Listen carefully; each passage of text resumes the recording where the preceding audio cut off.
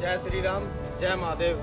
अगर आपको हमारी सेवा अच्छी लग रही हो तो आप भी एक ऐसा ही नेक काम करें। इन बेजुबानों की पेट भरने में इनकी सहायता करें, पानी व खाने की इनके लिए व्यवस्था करें। हर हर महादेव। भगवान आप सभी को खुश रखे, स्वस्थ रखे, मस्त रखे। जय शिव महादेव।